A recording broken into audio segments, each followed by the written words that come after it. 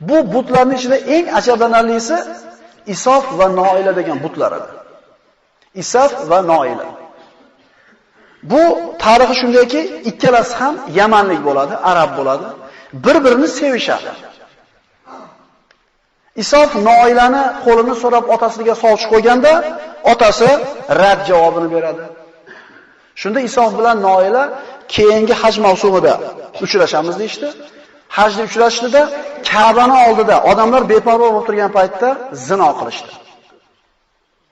Sevishganlar. Alloh taolo bu ikkisiga Ka'bani hurmatini bir ko'rsatib qo'ydi odamlarga ibrat qilib. Ikkalasini toshga aylantirib qo'ydi. Isof bilan Noila mana shu qilgan gunohi uchun Alloh tomonidan toshga aylantirdi. Hamda Makka ahli mana shu ikkala haykalda bittasini Safoga, Isofni Safoga, Noilani Marvaga qo'yib, odamlarga ibrat bo'lsin. Ibrat bo'lsin. Allohning uyini oldida gunoh qilishlik shunday bir jazolanishidan ibrat olsin deb Alloh taolo shunday qildi. Ular qo'yib qo'yishdi. Bir qancha vaqt o'tdi. Odamlar esdan tez chiqib qoldi. Inson degan so'z unutuvchi degan o'zi.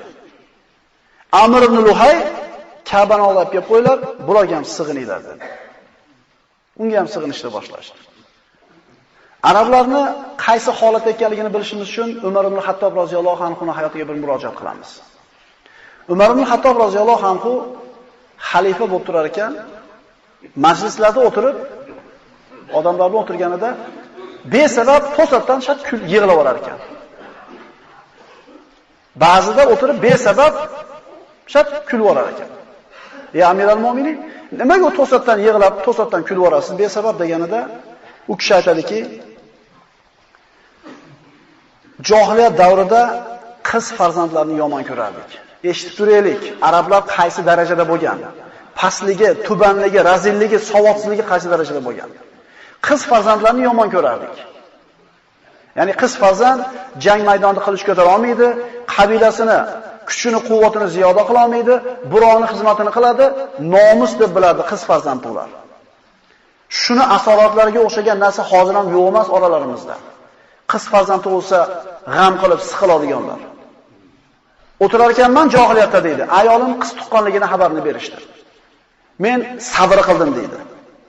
Sabr qildim 6 yoshga kirguncha.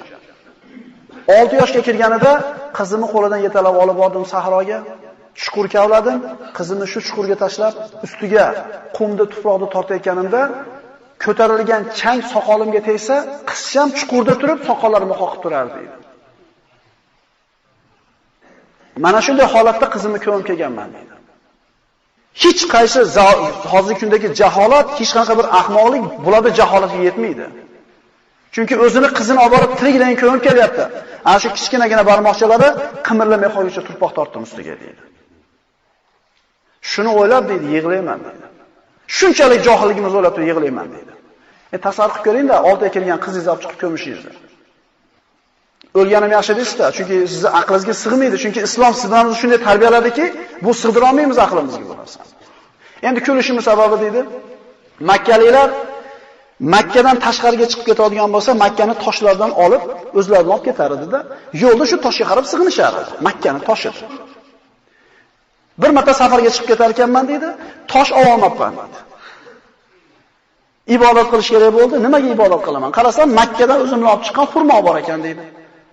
Xurmoni oldim, birini ikkinchisiga yopishtirib, bir timsol haykal yasadimda ibodat qilib oldim deydi. Ibodat qilib oldim, qonim ochib ketdi deydi. Yegani boshqa narsam yo'q, hali ilohimni yeb qo'ydim deydi. Buni o'ylab deydi, shunchalik johilligimiz o'ylab kulgim keladi deydi. Bu kim aytayapti bu gapni? Umar ibn Hattob roziyallohu anhu aytayapti. Islom mana shunday bir johil qavmni, orqada qolgan, zulmatda qolgan qavmni nurga olib chiqdi. Zalolatdan hidoyatga, tubanlikdan yuksaklikka olib chiqdi. Biz arablarni payg'ambarimiz sollallohu alayhi vasallam kelgungacha bo'lgan tarixini bir ko'rib chiqmasdan turib, payg'ambarimiz qanchalik ularni bir yuksaklikka olib